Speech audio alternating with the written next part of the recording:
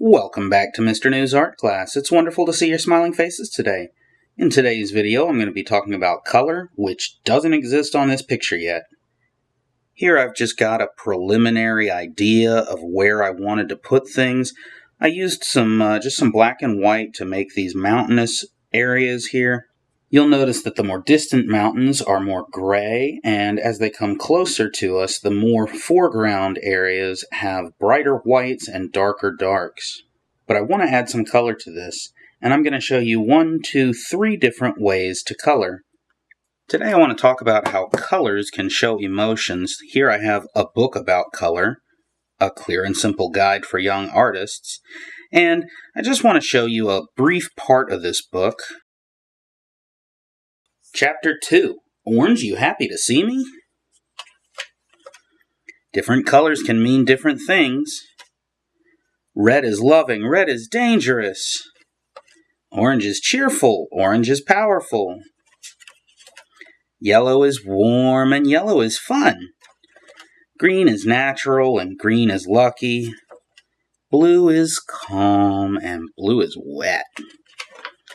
Purple is royal, and purple is magical. And of course there's more to this book than that, but that is a good basic understanding about how color can show emotions, which is what this video is going to be all about. By the way, I'll leave a link in the description for where you can buy this book, as well as any of the other supplies I use here. Now this gray that I put down is just a preliminary idea for where I want the highlights and the shadows to be on these mountains. And for this painting, I'm mostly going to be using this large angled brush. And again, I'll be using these Golden Fluid Acrylics. Although the paint that I used to make these mountains to begin with was actually the Golden brand Heavy Body Acrylics, which is why it has a little bit more texture to it. The only other thing I should need is a cup of water and a paper towel. Oh yeah, and I'm also going to be using some tape to mark off each section, because I'm going to paint 3 different sections with 3 different color sets. And there I've also laid out some colors of paint on my palette. I've got primary cyan, primary yellow, primary magenta, carbon black, titanium white, and a little bit of burnt sienna. Now, one more thing before I actually get started painting here is that I wanted to show you a few pictures just to get you an idea for how I'm going to think about color here. For starters, we can take a look at this picture of a farmhouse that my wife drew. This is actually a picture of her grandfather's farmhouse where her father grew up. So it has a lot of nostalgia to it, which is why she decided to go for a mostly old-fashioned look with it, not just with the imagery of what's in the picture, but also with the way that she added color to it. You notice that most of the colors are very subdued and grayed, and that kind of gives it a little bit of an antique feel. But there's also some cool blues added into the sky and the snow, just a touch to give it a calm feel. And then sort of a polar opposite to that idea is this drawing that my wife made with colored pencils. This is a picture that she drew of her brother a long time ago. And you can see here that the really bright, exciting, warm colors overpower the picture and definitely accentuate the giant grin on this boy's face. From there, let's move on to look at this chalk pastel drawing of lightning that I made back in high school, in which the use of dark, cool blues, contrasted by the complementary oranges and pinks, really helps to emphasize the crashing, destructive feel of this lightning. Whereas here, in one of my more recent paintings, although this picture is full of dark blues like the last one was, it doesn't have that contrasting orangey pink. Instead, it just has calmer blues and some greens to go with it. And because there isn't that contrasting bright, vivid orange juxtaposed against the dark blues, it doesn't have nearly the clashing feel. It feels a lot more calm and relaxed, like maybe I'm camping and listening to this river as I go to sleep. Without further ado, I'll go ahead and get started. What I'm going to do here, you can see I've already taped off one section. I'm actually going to paint this in 3 sections. And this first section, I want to paint with sort of a doom and gloom kind of feel, like this is horrible, this is a miserable place. I want it to really emphasize that aching, horrible feeling of depression and sadness and despair.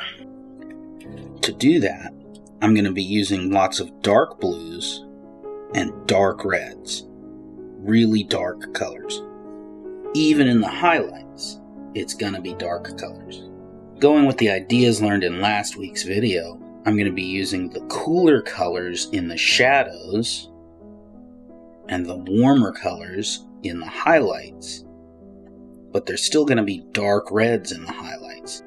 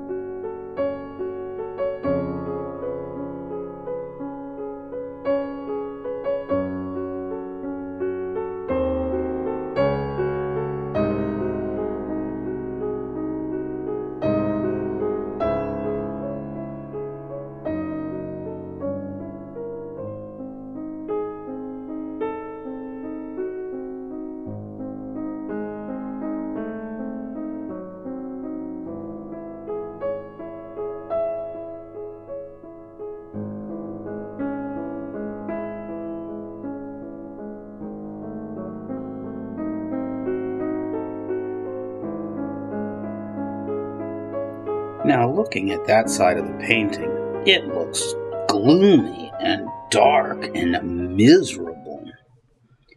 But moving over to the right-hand side, I'm going to make this side really calm and relaxing. I'm going to use a lot of the same colors, the blues and the reds. Maybe less of the red, but definitely the blues. But I'm going to make this side look really calm and relaxing.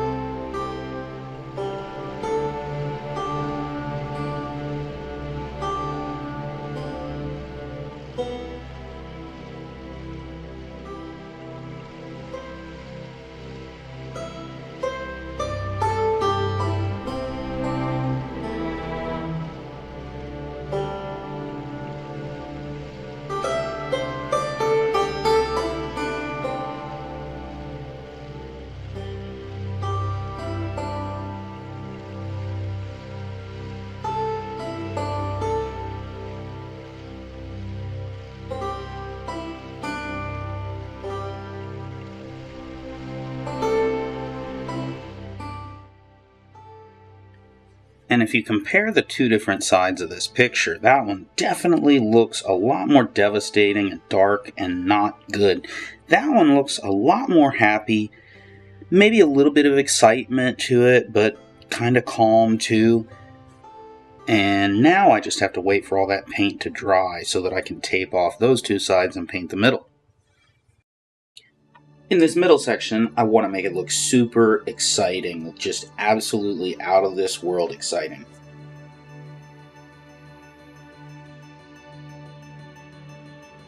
And a pro tip, if you're wondering how to prevent this paint when you tape things off from going under the tape, you can use clear gesso or clear gloss gel or something like that on that edge after you've taped it down, and then let that dry before you paint. I haven't been doing that because I don't really need to. This is just a demonstration. It's not something I'm actually going to hang up on a wall and say, hey, check this out.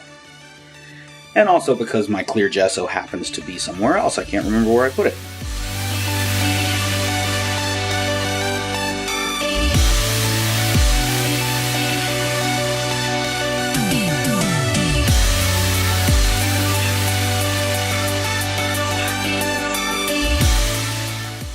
And another pro tip is I want to have some blue, some pale blue up at the top of the sky, and I want to blend it into this very pale yellow here, but I don't want it to turn green. So instead what I'm going to do is wait for this yellow to dry, then paint the blue and merge it down.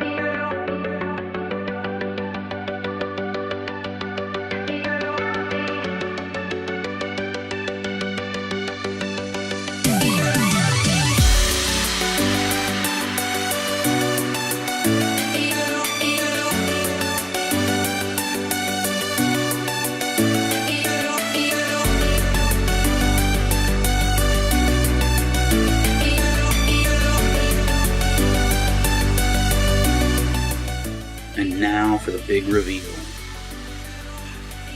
As you can see, some of that paint did go under the tape like I was talking about a minute ago, and that is what I was saying could be avoided by adding a layer of clear gesso or clear gel medium before you paint over a taped line.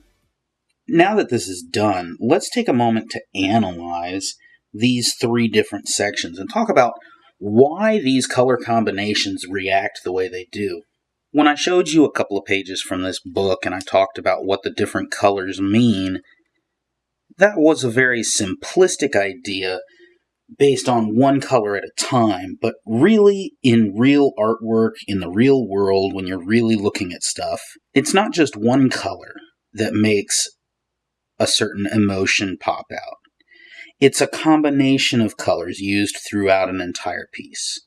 Here on the left, we've got these really dark, muted, grayed out colors that have been desaturated, but also even the highlights are really dark.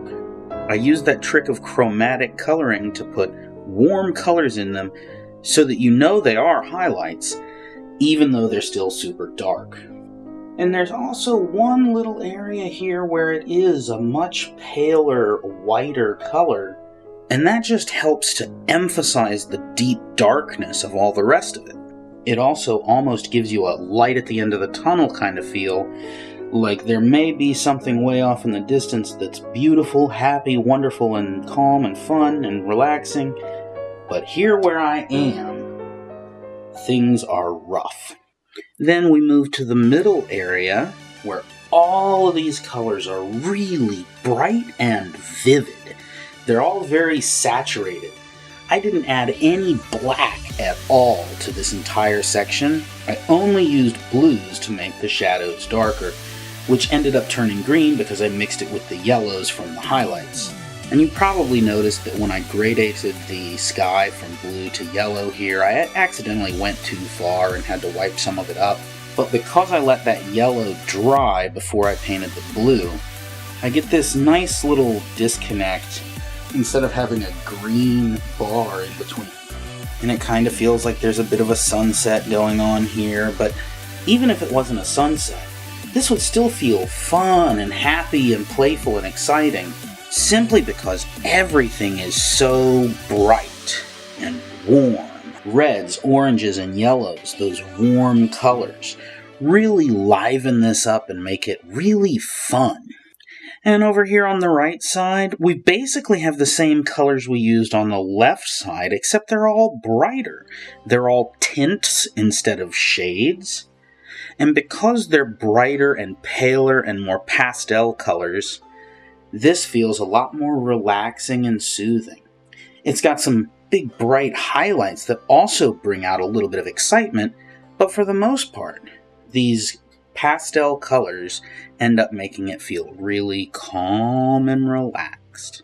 I hope you learned something new about color today, and I hope you go practice with these and try different combinations of colors to see what you can come up with for different kinds of emotions. It doesn't have to be a picture of mountains like I did. It could be a picture of anything, abstract or realistic. And if you do choose to create something colorful that shows certain emotions, take a look in the description for my Facebook link and send it to me on Facebook.